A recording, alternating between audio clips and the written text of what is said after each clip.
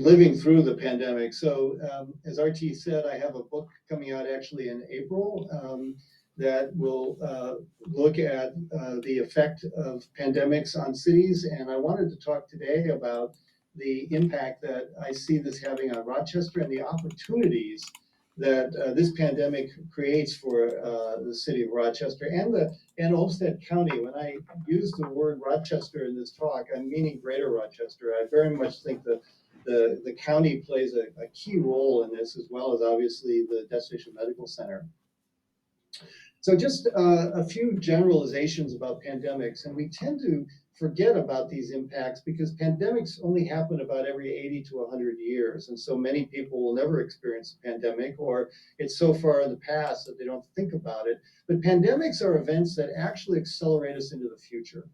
And this is why when we're all wanting to go back to the way it was, that's a normal and natural response to a pandemic, it's really also an impossibility because pandemics accelerate us decades into the future. And so it's hard to know at this point where we are, but we're probably somewhere in 2030, 2040, maybe in some areas even to 2050. And that acceleration, what that does is it takes things that existed prior to the pandemic that might have been marginal and magnifies them, makes them dominant, right? So for example, we had all the technology to do what we're doing right now. We had the internet, we had digital devices, we had computers, cell phones, but we still felt as if to go to school, you had to go to the classroom, to go to work, you had to go to an office, to shop, you had to go to a store. And that has changed profoundly as a result of this pandemic, and I'll talk a bit about the implications that has for cities. And so a lot of these things existed prior, but frequently with pandemics, our mindset was still in the past. And the acceleration that happens with the pandemic is it actually shows us what the future can be like. It lets us experience and live through the future. And so that's why you never go back, because you've already experienced a very different way of being, as we have all experienced over the last 2 years. The other important thing is that pandemics reveal inequities that also existed prior to the pandemic, but that were often overlooked or minimized. And it also sort of accentuates the dysfunctions in existing systems. So for example, we have seen a lot of inequitable access to healthcare. We've seen a lot of digital inequity where people, both in underserved communities and cities as well as in rural areas, don't have access to the internet, don't have the capacity to engage in a digital economy. And we've also seen a public health system that has really struggled in this pandemic, giving consistent advice, bringing everybody on board to believe in the value of public health and of vaccinations and what have you. And so these pandemics reveal these vulnerabilities in societies. It also, this will be a key part of the point I want to make, brings a renewed attention to health, both our personal health as well as public health. And this is a key issue for Rochester and Olmsted County right now. And then my numbering is wrong, but number 4, not number 3 twice, is pandemics create opportunities for those who understand what they're about and the changes that they bring. And that's what I hope we can talk about after my remarks here.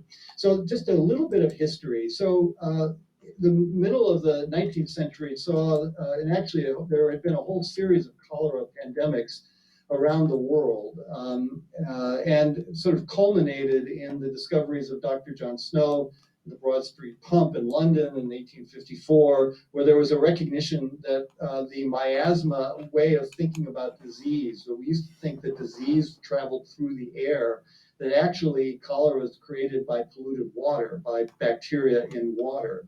And the impact this had on cities is that prior to the cholera pandemic, we tended to think of cities as just big villages. So cities still had latrines and outhouses in the backyards. People were still throwing dirty water into the street. People were still going to a common pump to get their water. We did not have much indoor plumbing. And so there was a recognition that the overcrowding and lack of infrastructure in cities was generating this ill health. And what that did is the second half of the 19th century led to a whole transformation in the infrastructure of cities. We started to invest in public parks. Here's Rochester's Central Park, actually the Central Park in New York City, designed by Frederick Law Olmsted, the first landscape architecture, was justified on public health grounds. It was viewed that this is where people could get access to clean water, where they could get access to nature. And so this idea of a park as being a place that was a sort of representation of the investment in infrastructure. The fountains that we frequently saw in the middle of these parks was really a statement by the city that it had invested in its water infrastructure and that there was clean water in the city. So it was a symbolic representation of the health of the city. Of course, we saw the rise of sanitary sewer systems, water utilities, the requirement of indoor plumbing, all of which enabled our cities to become denser, buildings to get taller, and people to be healthier. And so this is a theme that pandemics sort of reset our attention to health and provide the kind of base upon which people can lead healthier lives. We saw a similar thing happened after the 1918 influenza pandemic. And this, of course, like COVID-19, was a viral pandemic. And so it was the first time we were talking about wearing masks and social distancing. And what this did is, just as the 19th century pandemic got us to focus on infrastructure issues, the 1918 flu pandemic got us to think spatially about cities differently. It started to lead people to want to have single-family houses, to want to have private automobiles. Now, again, single-family houses existed prior to the 1918 pandemic, but the mortgage laws were such that you typically had a 5-year loan and you had to put 50% down. And so people who had single-family homes were rather affluent, and the same with automobiles. There were automobiles prior to the pandemic, but they were pretty expensive and only the well-to-do had them. What happened after the 1918 pandemic is that we changed our mortgage laws. We had banking reforms. We changed the way in which automobiles were financed and the availability of them. And so what had been marginal prior to the pandemic became the dominant mode of living in the 1920s and on. And also this idea of separation, spatial distancing being about health. So, for example, the 6-foot distance that we advise people to keep between themselves got embedded into many zoning codes, where the 6-foot side yard setback between your property, your house, and the property line of your neighbor was literally embedded into our zoning codes as a result of the pandemic. And so pandemics trigger long-term effects. And in the case of the 1918 pandemic, it really triggered the suburbanization of cities that we saw happening throughout the 20th century, where the strong drive to live in single-family homes, for everybody to have their own private automobile, that they could live closer to nature in their own backyard. And so the spatialization of cities, again, was triggered by pandemics, and this is, I think, still viewed as a healthy way of living. And so this idea of health and a renewed attention on health follows after these events. And so that brings us to today.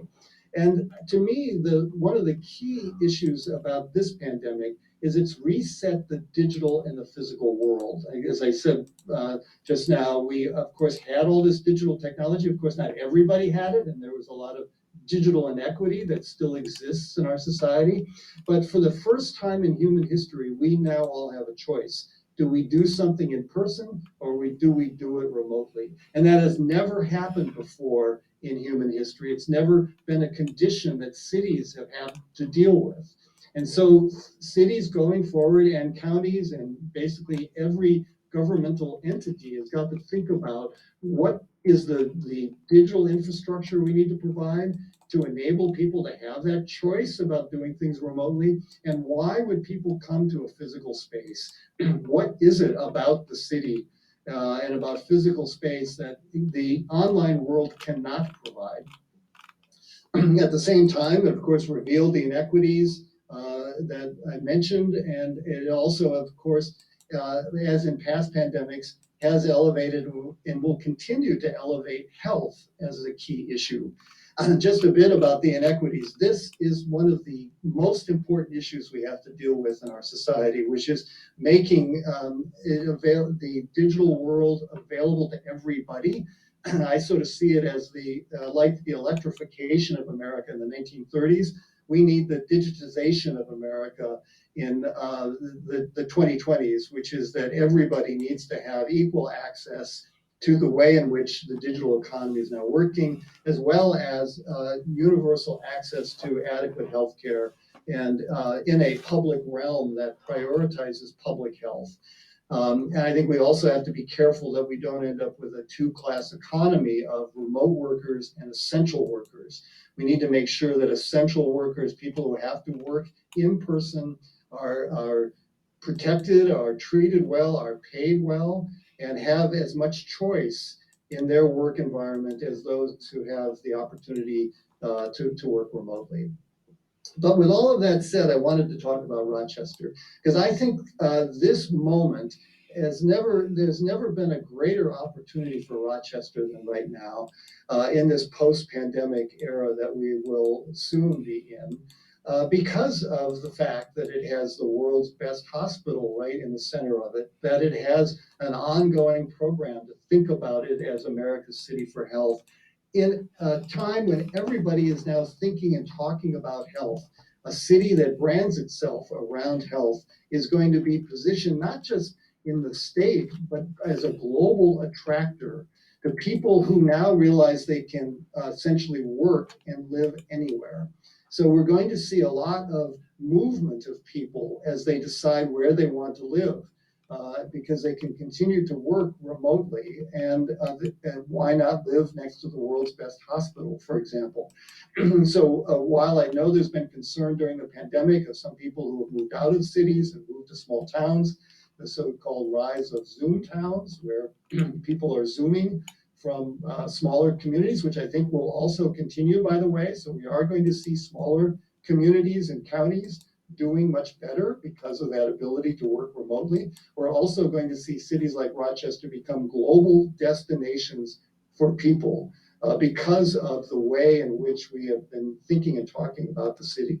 And why? Because also one of the things that I think is characteristic of this pandemic is that while we're talking about physical health and public health, we're also now talking about mental health. We're talking about social health, environmental health, economic health.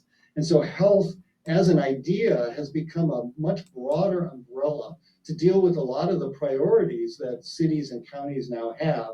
And it becomes a theme that is very attractive to people. People want to live not only where they can be physically healthy, but where there's a healthy environment and there's a healthy economy. And so the ways in which we link all these things together will be very important going forward. And so just some examples. The pandemic has obviously affected how we live. 2/3 of the American economy is now coming out of people's homes. The last time that happened was in the early 19th century. And so this is a profound shift in our economy. Over half of the small businesses in the United States are in people's homes. So for example, this causes or should cause cities to ask the question, what is a residential district anymore? When it's actually a production district, it's a commercial district as well. People are working and making things there. It also, I think, raises questions about housing. When we talk about housing, are we still thinking in a 20th century way about housing as just a residential unit that somebody leaves to commute to an office, when in fact that person may be staying in that unit to work and to make things? So how do we rethink housing as also a place of work, a place of learning, and a place of production?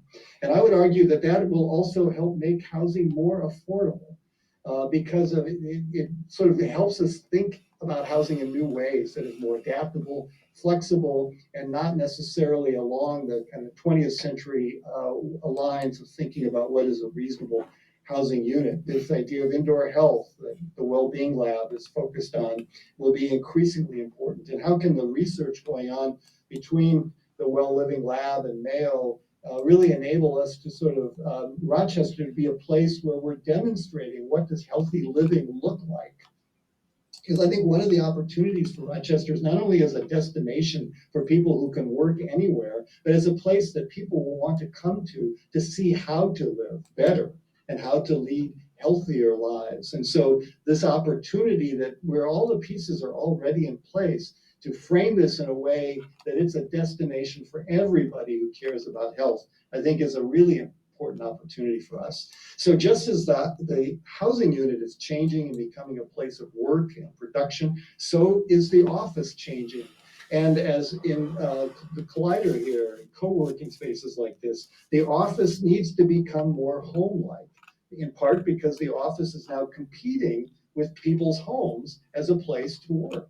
And a home is very comfortable. You've chosen the furniture, you have the food you like, the beverages you like, and the office needs to compete. And the offices also need to think about what they can provide that the home can't, nor the digital environment can.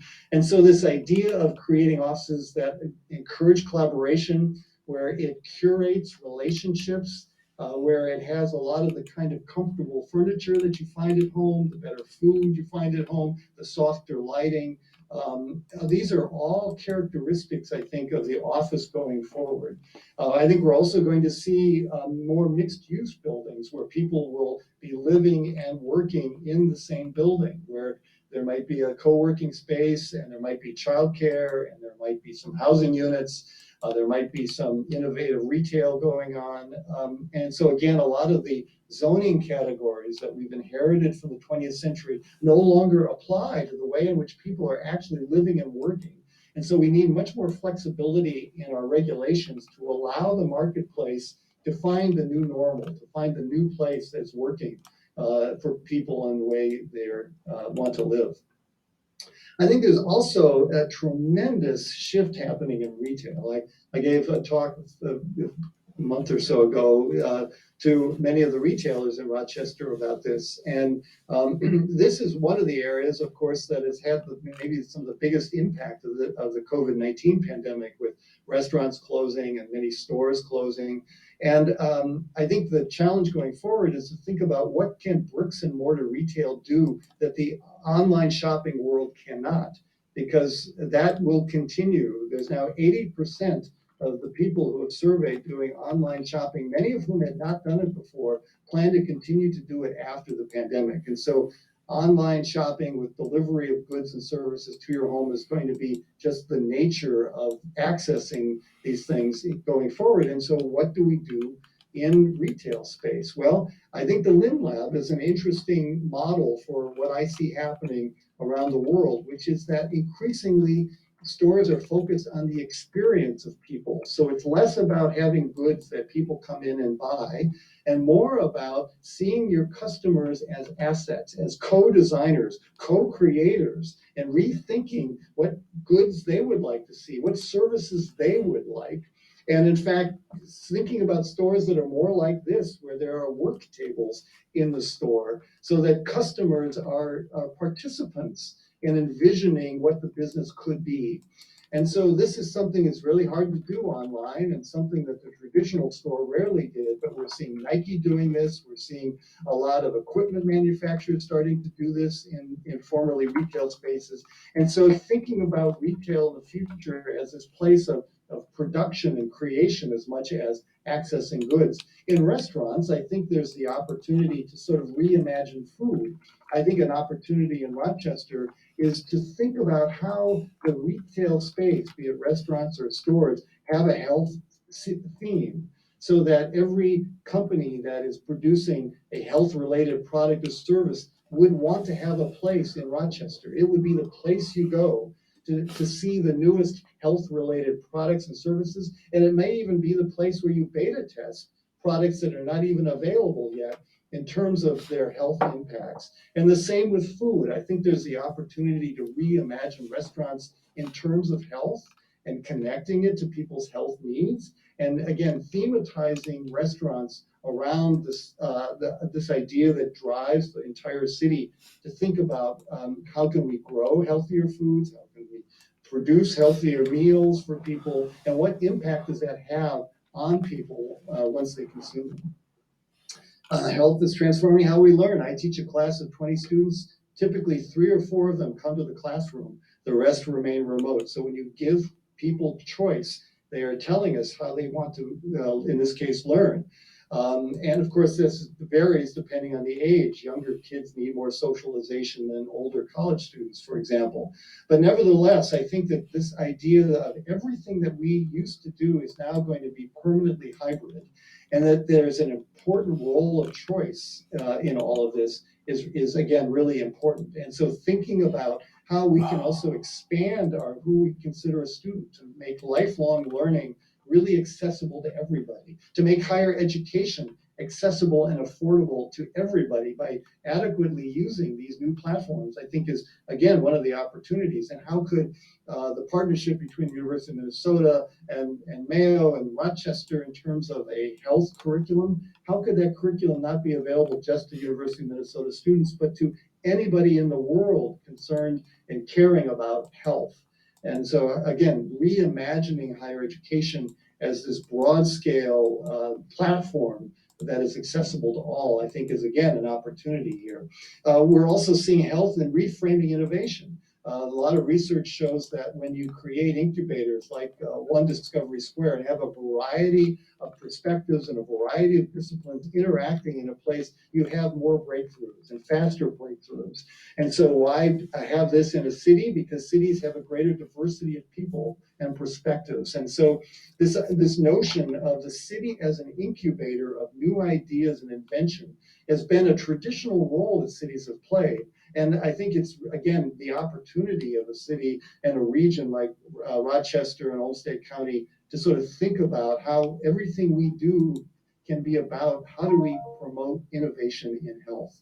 This, of course, it needs to affect our investments in the public realm. It's not just about moving people and vehicles, but it's thinking about the public realm as a place that encourages health of all sorts: economic health, social health, community health, that thinks about things like heat island effects and the need for more tree planting, that thinks about water and all the issues that the 19th century pandemic raised about how we treat water in the city. And these are all issues that, again, Rochester has an enormous opportunity because of the infrastructure investments that we've been making to show what a healthy public realm looks like. This extends to our investments in transit. Transit isn't simply an efficient way to move people, it's also a way to get people to be more physically active. It's a way to reduce environmental impacts with electric buses that are producing less air pollution and less noise pollution. It's a way to reimagine what it means to be on a bus or at a stop where, in fact, it can be a place of learning, of interacting, of curation. This idea of curating relationships is going to be one of the major functions of cities going forward. And if you think about Rochester as this ability to curate conversations around health, it could demonstrate completely new roles for these kinds of investments that we're making. And then finally, I think health is going to help us reimagine cities altogether. So just as cities focused on infrastructure after the 19th century pandemic and focused on spatial separation after the 20th century pandemic, I think that what the 21st century will be about is what this pandemic has triggered, which is this question of how do I lead a better, healthier life, wherever that might be. And so the cities that will thrive are the ones that pay attention to these issues, that create higher qualities of life for the people that are there, create more choice for people, more equity for people, and also are places that people who can live now and work anywhere want to be. And so focusing on a high quality public realm and as interesting a set of interactions and relationships as possible is what is going to fuel cities going forward. And so I think, and one reason I'm so enjoying being a part of the Destination Medical Center project and being involved in Rochester is that I see no city in the world having as much opportunity as this one to build on the idea of health and to demonstrate what health means in a post-pandemic world. So with that, maybe I will stop and thank you for listening. Thank you so much, Tom. There is a lot there. And so I think we now have a chance to have some discussion. So I want to invite the chairs of the city and the county Brooke and Mark, I hope you're ready, to lead what can be an open conversation on what we've just heard and how we can put that together. Brooke and Mark, are you guys ready?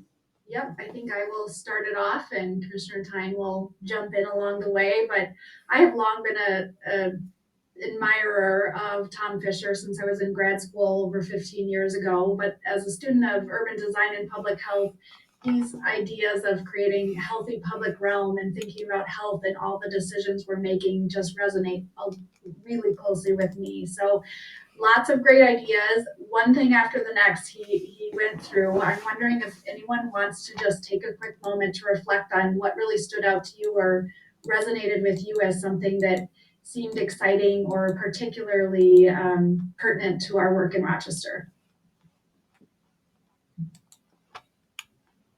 And I call on people, so you just might as well take a chance.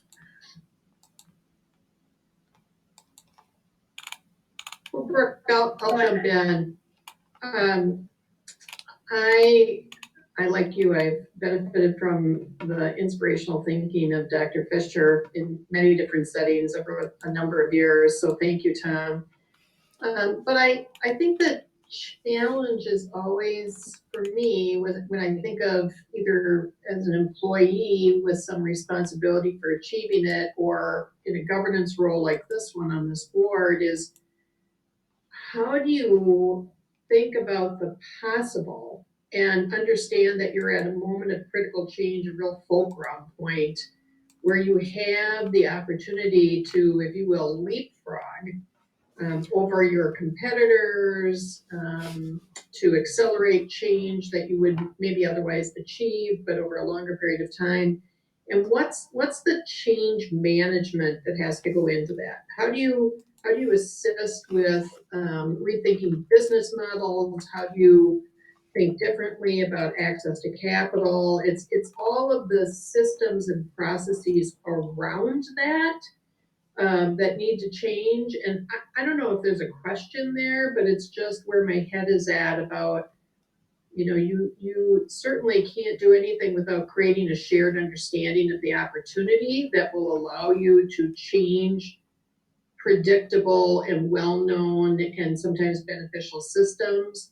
But it's that system change piece and that behavioral change piece that I find I have now and have in the past struggled with. Yeah, that makes a lot of sense, thinking about some of the zoning or land use implications for making housing more adaptable, for instance. And how do we as policymakers or decision makers help align the policy and systems around the vision that we can imagine together? Paul, go ahead. Tom, good to see you, and again, always pushing the envelope on our thinking. I really appreciate it, and certainly for us in the housing arena, huge implications, both in terms of reinforcing, as you said, the centrality of housing. Housing is healthcare, housing is education, housing is employment and training, housing is all of those things. And I think it always has been. So your point about how the pandemic magnifies those realities, I think, is very well taken. The thing that I'm just thinking about in terms of DMC and the work in and around Rochester is, we're really, and we were just talking about this morning in our meeting, we're really loaded up with capital resources, right? We're about bricks and mortar. And we talked this morning about our tools are geared towards bricks and mortar. And I'm just wondering, how do we need to be thinking differently about that? And what continues to be the role of placemaking in our work, as well as the role of creating spaces and obviously creating more flexible spaces for life to happen, not just to house new businesses, but perhaps for a broader set of activities to be happening. So, like Pam, I don't know if there's a question in there, but that's what's kind of sitting top of mind for me. Thank you, Paul. Councilmember Keene. Yes, for those who were here back in 2019, we had the same meeting when we went around the room. It still sticks with me that when we got to Mr. Jeff Bolton, he talked about the upcoming next 10 years or so where we're going to have telemedicine. And I thought to myself, I'm sitting here in a destination medical center, destination, a physical place discussion, and the Mayo Clinic's talking about that this is 10 or 15 years down the road. And then the pandemic basically makes it real. So just to watch that acceleration, there were so many pandemic things though that I thought early on were flying totally in the face of what our city plan was towards more use of public transportation, towards living in a more dense community. Things that were, the pandemic was telling us, don't do these things. So I'm still struggling with some of those contradictions. At the same time, I really do like that idea of like these sort of change things will favor those who are best prepared. Thank you, Councilmember Keen. Dr. Otley. Boy, what a talk, Tom. That's just so inspiring. And you brought so many different elements of what we've been talking about together in a beautiful way. So thank you. It's Paul, your statement, housing is health, is super profound and resonates so deeply. And we're in a situation where we're really redefining what a house is and what healthcare is related to a house. Mayo Clinic in Florida, we have a command center that's delivering hospital level care in people's homes. We call it advanced care at home, from a centralized command center that's across the country from many of the patients and providers that they're working with. And we bring in advanced remote monitoring technology, Patrick, to your point, and then do telemedicine. And you would think that that might be a scary or a less high quality experience. But what our doctors and nurses are saying is we're looking into people's houses and we're really understanding their lives at a level we've never been able to understand before. And we're seeing why they're having chronic health problems, and we're able to intervene. It's completely amazing. One last comment, I'll observe that we've had a digitization or a remote movement of some of our workforce, and we have some downtown commercial real estate that may not be as occupied. Do we need to start to think about how we can convert some of that formerly commercial space into home space so that we turn a problem, as Tom would say, the pandemic's a perfect opportunity to turn a problem into a solution. Thank you. Really good points, Dr. Otley. And the telemedicine is such a great example of innovation and how to better reach people, and also bumps us up against the concept of digital inequity and how much we need, how far we still have to go on that front. Councilmember Campion. Yeah, I was going to say, one of the things that really caught my attention was the absolute last slide. And one of my favorite games to play is whenever I see a picture of Rochester, try and see if I can date it based on the buildings that exist and don't exist. I think one kind of takeaway that I have from the entire DMC effort, and frankly, the last 15 years of serving Rochester in some different capacities, is the rate of change is so fast now. We've really seen a reduction in the timelines for really significant community impacting changes, to the point where, you know, I see one skyscraper exists on Broadway and not another one. So I can kind of go put it into a time box there of what's the era this picture was taken in. And I think that speaks kind of broadly to a number of challenges that we now face with DMC and frankly, kind of coming out of the pandemic, you know, both in terms of the future of medicine, which obviously because of our community's significant kind of impact of health has a big impact on what we're going to do and what strategies will work for us. But I think in terms of all the other strategies that we've been assembling over the last decade of working in DMC and in the DMC kind of transition, things like transit, as we look at like how do we react to changing demand? How do we how does our housing strategy work? I think the thing I take away is a lot of the stuff that you know, Tom was telling us in the beginning. You know, we've had to have that same adaptability that we've been asked and begged for in a lot of different realms, applied very broadly across the entire project consistently. And I think that's not going to change. I think we have to continue to address the areas where we have influence versus the ideas we have control, and to kind of understanding that difference and how to walk the lines in those two areas is going to continue to kind of be critical to success for DMC. So just a really great, always very insightful takeaway from.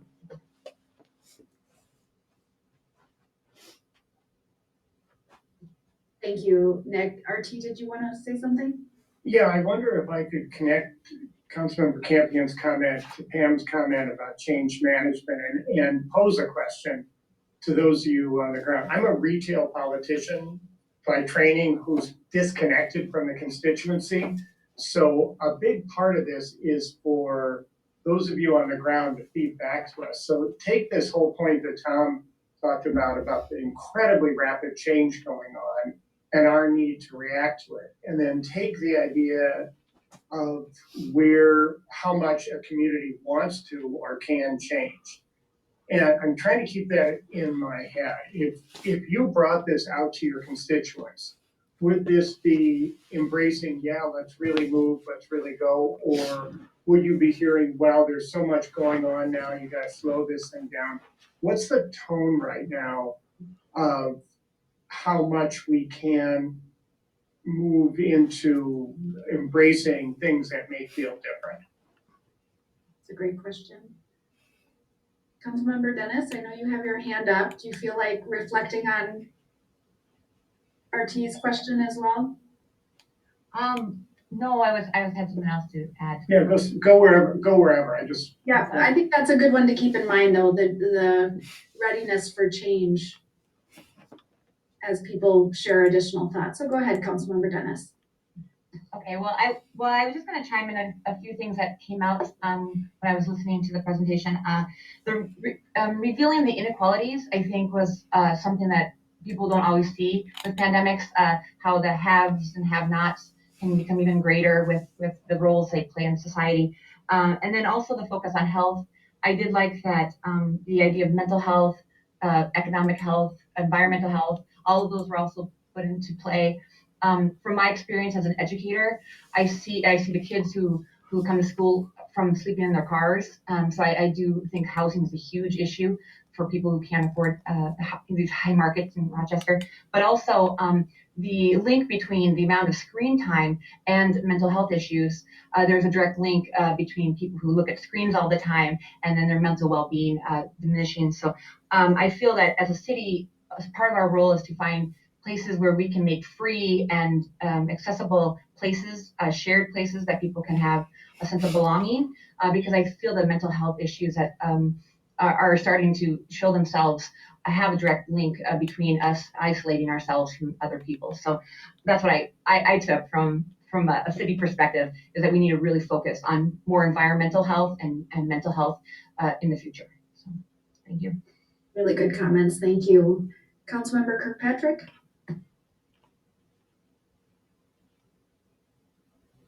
Thank you, and I apologize for not getting the color of my hand changed. That's why I was sort of lifting my hand up. My hand is too light, and sometimes my background obscures Council President's view of me raising my hand. I have a couple of thoughts. One, just so wonderful to always hear from Dr. Fisher. I remember the first time I heard you spoke when I was at the College of Design, preparing for my graduate work back in 2013, I think it was. So appreciate a broad perspective as always. I grew up in this town and I have the utmost respect and feeling of privilege and what a luxury it is to know that I have this incredible healthcare at my disposal. I remember when I first moved down to Dallas to start my schoolwork and they asked me to pay up front for an ear infection that I had, the first ear infection of my life. And I was floored, first year of college. What do you mean I have to pay now for my health care? It's just the model of care we have here, the overall umbrella of just incredible quality and excellence is pervasive in our community. And I so very much appreciate that.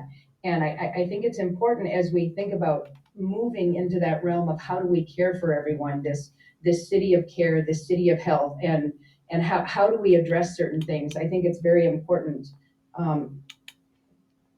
One of the things that I think about is that realm between that physical and then the intangible, that internet, that piece that so much of what we so rely on here today in all of our lives, whether you're older or whether you're younger. And I think, here's a specific idea, I think about our patients. I think about the economy that is buoying our city, the health service industry.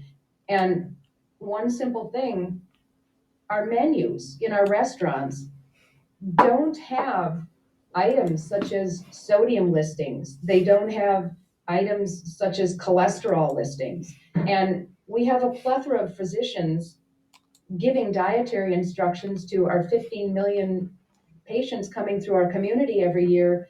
And our service industry is at their disposal to meet their needs. And so thinking about those out of the box things that are infrastructure pieces, but they're not, they're more like software applications. How can we be innovative in that realm to meet the needs of our community of health that our city has been built on, our older residents, and then as well as our visitors? So that's my sort of random thought out of the box comment there. Thanks. Thank you, Councilmember Kirkpatrick. And we are gonna, in a minute, shift into sort of how do we envision the future of DMC and our work together, given all the change that's happened in the last couple of years and some of these really innovative concepts that Professor Fisher has shared with us. Before we do that, Mary Jo, you had your hand up and I just don't want to skip over you. Oh, gosh, not at all. I mean, I really appreciate the input from the council members on the constituents' perspective.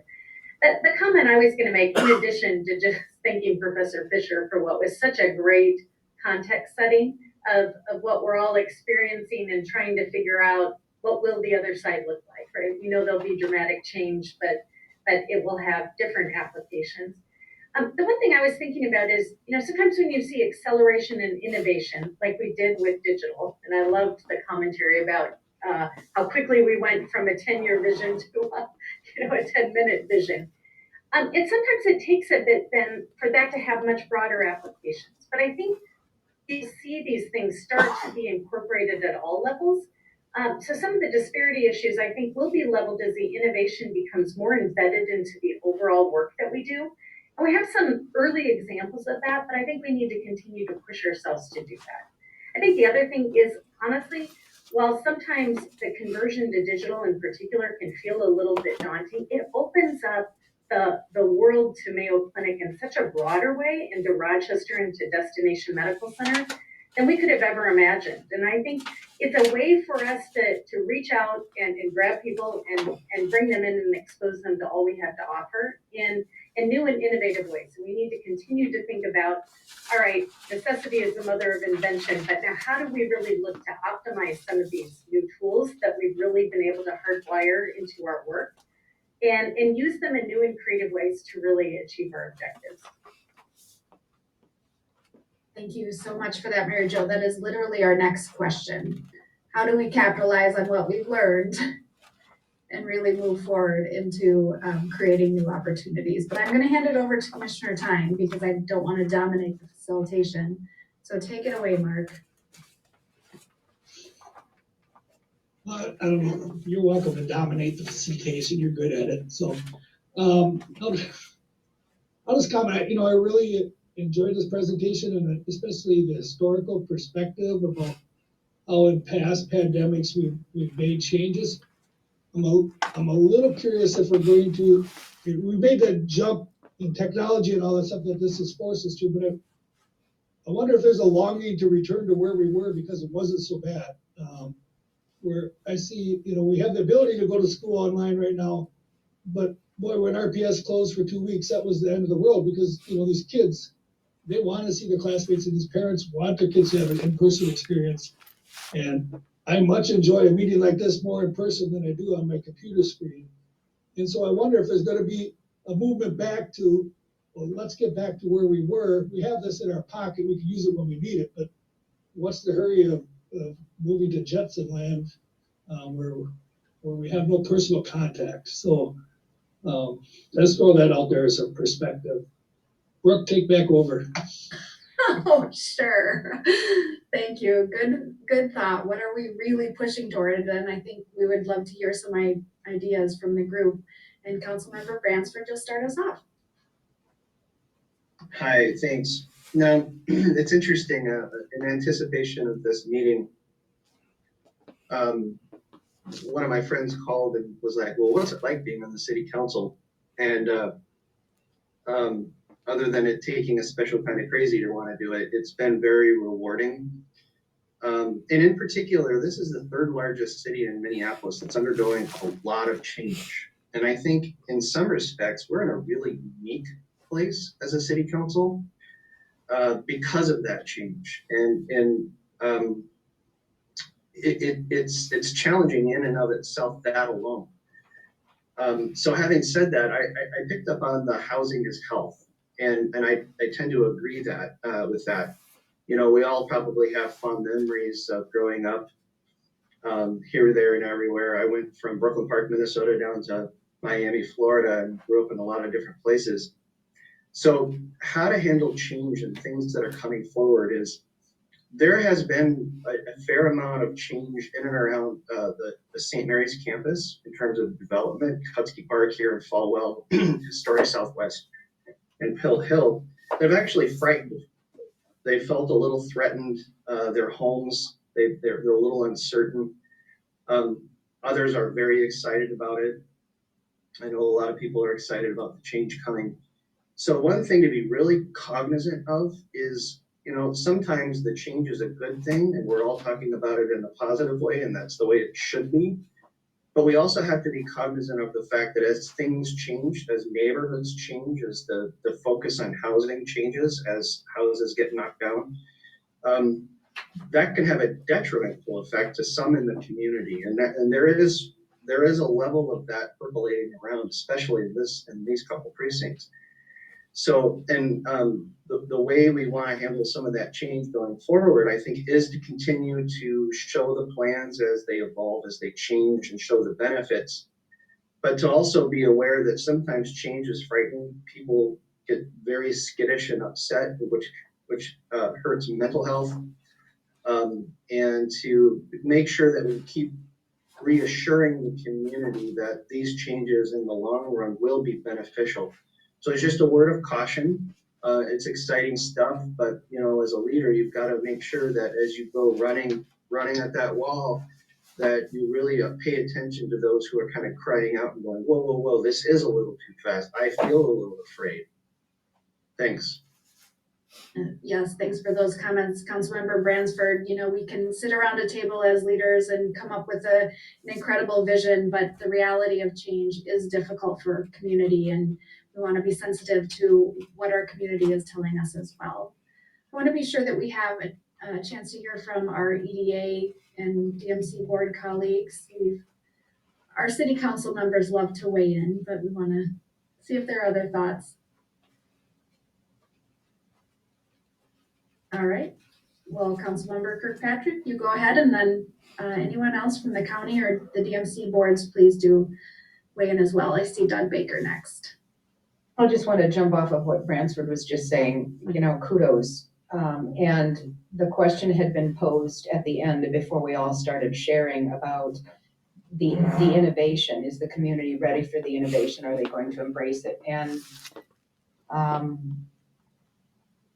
I think I say this reluctantly, and I don't say it proudly. It hurts my heart, but I think if DMC were to poll the general population in Rochester, thumbs up or thumbs down, unfortunately, I think the majority of the folks would be giving DMC a thumbs down for various reasons. And I think there's a huge, huge potential there for DMC to do greater community outreach, for DMC to learn and listen to the community, to take a greater understanding, to do more good, to perhaps be more innovative and more creative with meeting the needs of this community and how we can move into the future together understanding and granting a brighter tomorrow for everyone that's here in this community.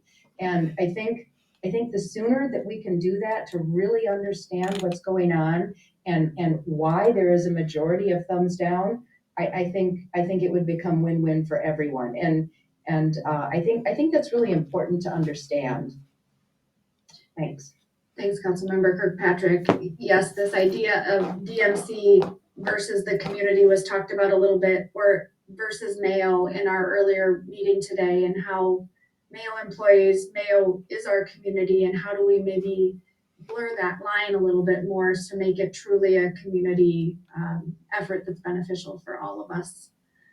And Mr. Baker, Doug Baker, go ahead. Thank you. Well, that's, so I think we'd all be interested in understanding more issues and thoughts around how we, I guess, as a board or a group, we do a better job articulating the overall goal, et cetera. The thing I was originally going to talk about, and I'll still say the points. We're incredibly unsettled time, and I think with the early comments, you're leading a company, you're leading a city, you're leading a war. It does not matter. This has been very challenging, and so we've been living through history, and whenever we live through history, let me say it's more fun reading about it than it is living through it typically.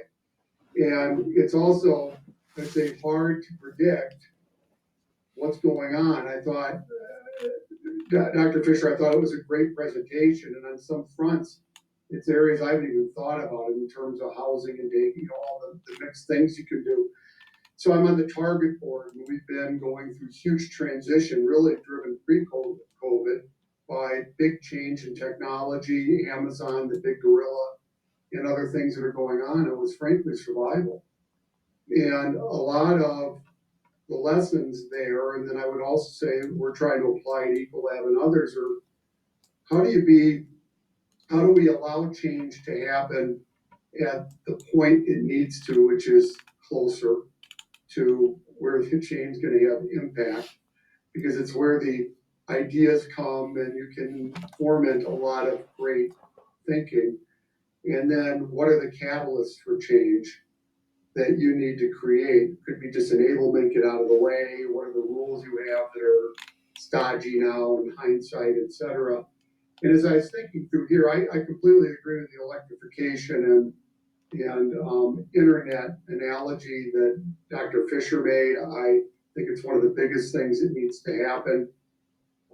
It's a huge barrier to education. It's a huge barrier to taking part in the new economy. It's a huge barrier, I think, in flexible lifestyles going forward. And we still have a society where we have way too few people connected to the internet, because it's not just an AM wire. It's also the technology and the ongoing capability to pay for the internet and pay for the technology. And we're going to have to get through this and figure this out, because it's a big problem rurally. It's a big problem, frankly, for a number of our communities. So, and then for all of us, and it made me also think about rules around, which I think we talked about earlier, zoning. And would the zoning rules allow really very smart thinking around cheaper housing? And I'm not saying give up safety. Would they allow this mixed use kind of thing that we're talking about, et cetera? Yes or no? And I don't have all the answers, but it's the type of stuff that companies are trying to figure out. What rules do we have that were terrific 5 years ago that suddenly are no longer very terrific going forward? Because we can't predict all this. I think it's just enabling society to adjust as quickly as it needs to the changing landscape.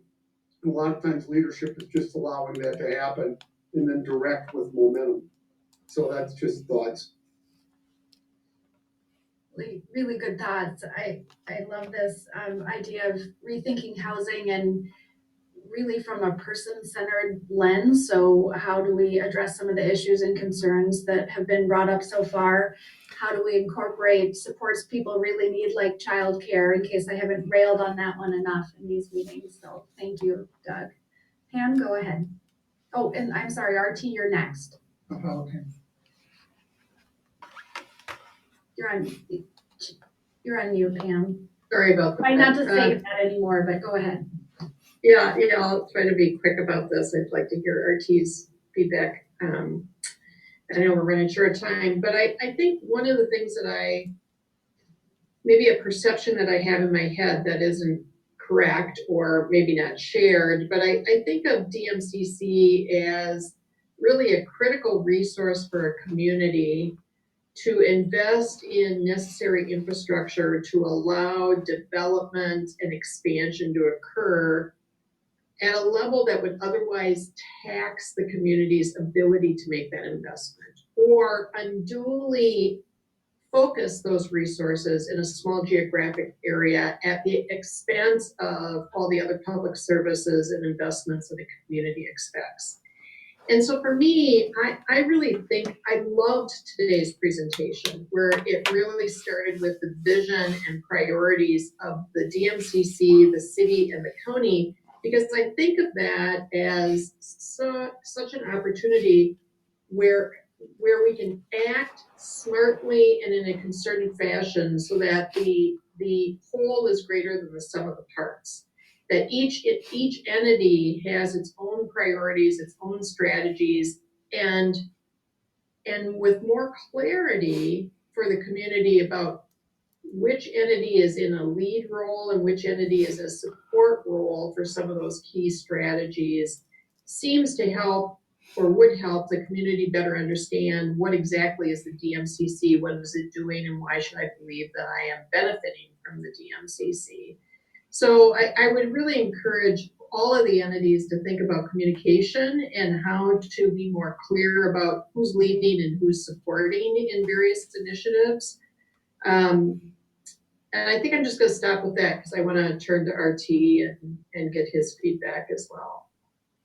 Yeah, I wanted to pick up on Councilmember Kirkpatrick's point, which I thought was a really good one. And because I have family in Rochester, I'm a little more aware of that dynamic you're talking about than I might otherwise be. And it is absolutely an issue of having the community embrace and encourage this.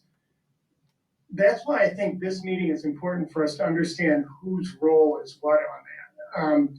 If I was an elected official in Rochester, my job would be to hear those voices and bring them back to this group and talk truth to us so that we can get that perspective. I would love to be able to have the time to invest to door knock Rochester as I did when I was mayor in Minneapolis, but I don't.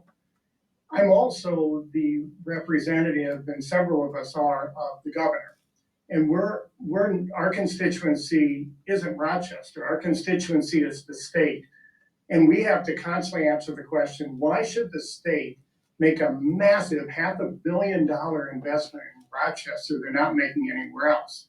I got a lot of friends in Duluth. And when I'm in Duluth, they're like, hey, we got these hospitals. We want to do this big thing. Why does Rochester get this thing? And my job is to say, because there is only one Rochester Mayo Clinic situation. Rochester deserves $500 million and multiple flexible development tools from the state that will allow the property tax base of Rochester to increase so property taxes can be kept at a level in Rochester that they can't be in other places. I have to say, why is Rochester special? So I think we've got to go back and bring our constituencies together. Now, because I happen to live with a lobbyist for Rochester, my wife, and because my in-laws beat me over the head all the time, what are you doing for me as a homeowner of Rochester? I get that thing, but we got to figure out is how do we do both of our jobs, and you have to be our eyes and ears that we can't do, and we've got to be your advocate up here. So help us on that, because I totally get the issue and my arms are a little tied because of what I'm trying to do. And my final point is I am an appointee of the governor. The governor cares a lot about Rochester, and I personally do too. And that's why I put so much volunteer time into this, but help us with that. Thank you, RT. We have a couple final hands and then we're gonna wrap up. So This has been great discussion, and we have Jocelyn, Jim, and Stephanie left to go. Jocelyn, go ahead. Great. Well, RD, I think you kind of have self-elected yourself in terms of being the door knocker for us in Rochester. I love to door knock. I think it's really, really important that we as a group, I mean, the city of Rochester, Olmsted, DMC EDA, DMC board, and the leadership also from Mayo Clinic are all represented in this meeting. And what Tom has really provided us is an incredible vision and at the same time an incredible challenge on how do we meet this challenge. And what Kelly had mentioned is really it's a reality. But I think what we need to capitalize as a community, as Rochester, as RT had emphasized, is that we're getting a $500 million investment from the state. And why is Rochester so important, so special? And why and all of the changes that's going to happen in here, how do we position this so that everybody feels like there is a benefit for everyone, not just in our community, and how it will percolate to other communities? I think what Tom has really, what rings true to me is that how the pandemic has accelerated really the changes, whether we like it or not. How do we position this in our community so that the perception that DMC is bringing upon the change in the community, that's not the conversation anymore. We got to pivot from that conversation. How do we meet the challenge of the changes that the pandemic has brought onto us? And how do we really capitalize on this? And I think with the leadership from the mayor, the council president, the city council, Olmsted County, business leaders in our community, I think we can do it. But it is a big challenge. Really well said, Jocelyn. Thank you. Jim, go ahead. Well, just a few sort of rambling final thoughts. I think we really do need to listen to our constituencies, to perhaps our customers. And I think it's been mentioned several times that communications is really important.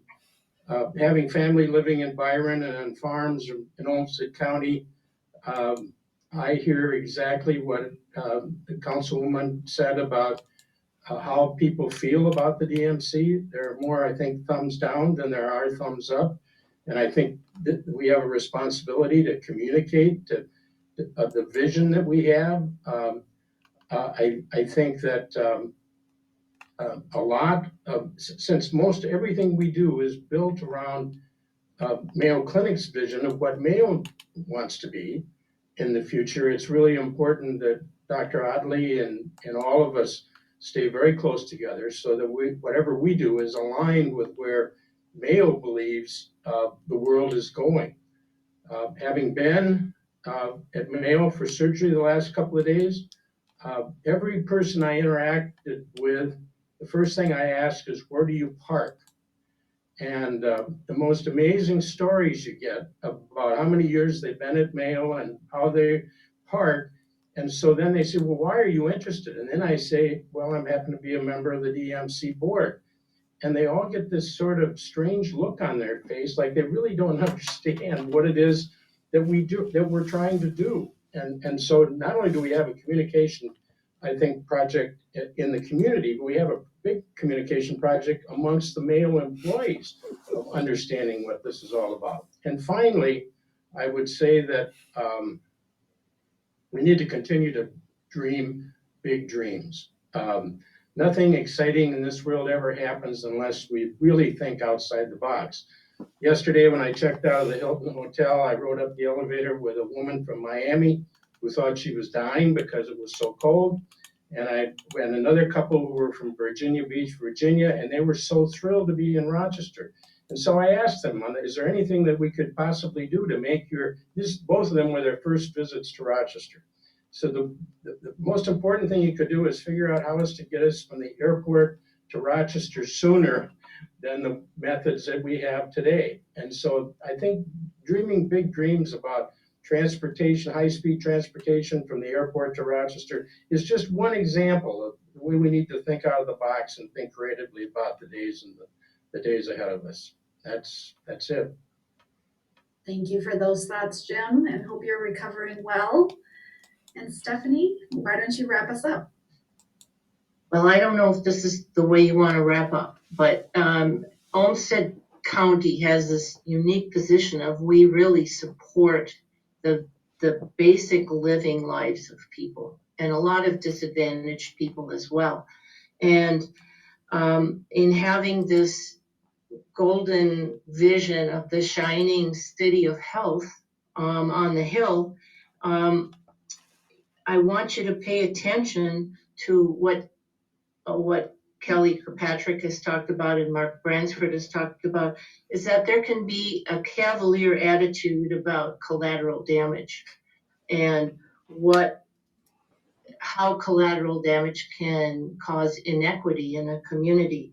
And that affects the very people who live here, who haven't, as the last speaker talked about, bought into the vision of what of what the Mayo Clinic wants to do. And so housing is a safety net for people. And if people can't live here, they can't work here. And we need to always remember that all of this stands on the shoulders of people who are willing to do what we think of as low-income jobs: cleaning hospital rooms, cleaning hotel rooms, preparing food, driving buses, doing those things. And be sure that as you think about your vision about America's City for Health, that we keep those people healthy as well and understand what their vision of what a successful life is for them. And it may not be what you think is a successful life for them. They may not want to change very much. A lot of people don't want to change, and change is scary. And even if change is happening for good reasons, there's grief involved in change. And so we have to acknowledge the grief that ordinary people feel when they see all the changes happening. Thanks for allowing me to say that. Absolutely, really important points, Stephanie. Thank you for sharing. I did just want to comment on the Mayo Clinic, what Mayo Clinic wants to do, and sort of an interesting reflection on how DMC has really shifted towards thinking about doing co-design work, and that it is led by a board of not just Mayo Clinic, of course, but City Council has to be key to decision making and weighing in on budget and direction as well as all of you on this call. So even that sort of language around DMC being what Mayo wants to do is an opportunity to shift. Councilmember King, we're already over time, and I think I need to pass it back to RT to wrap us up. But if you had one final... No, finish it up. Okay. So I heard RT Ryback ask for like retail politics sort of thing. And I know I've been through this, and RT, we've talked about this before, but away from the vision and strategy of DMC, I've had really good luck talking to people about 3 different ways, things about, like, it's really good to be in a city that's growing versus shrinking. There's many people who have that, have come from a place that, and I think that resonates with people, that it is a good place to be. The other one that I've had good luck with is, if you're not a Mayo person and you're watching this investment, your kids can stay around and get jobs in this kind of an economy. And again, I've had people kind of react to that says, yeah, and I've got real world examples of my neighbors who are car mechanics and things like that who have stayed around. The third one, though, and this one rings true for a lot of people, going, how can you be against the DMC when it's like it's reverse TIF? There are people in St. Paul sending us money, and you're against it. Try to think that through. So outside of the big vision things and talking about, public realm and things like that. I just don't think that rings true for a lot at the retail level, at the knocking on door level. But I have found that I've gotten some people kind of thinking about the fact that their kids can stay around, or that they're better off in a growth environment than a shrinking environment. So I wanted to offer that up because I think that's what you were looking for. Thanks. Okay, just for those, I'll give you 1 hour of joint door knocking whenever you want. Those are awesome. That's exactly what we need to do. Could I just say thank you to Councilmember Keene for the outline for the 2-minute video that Councilmember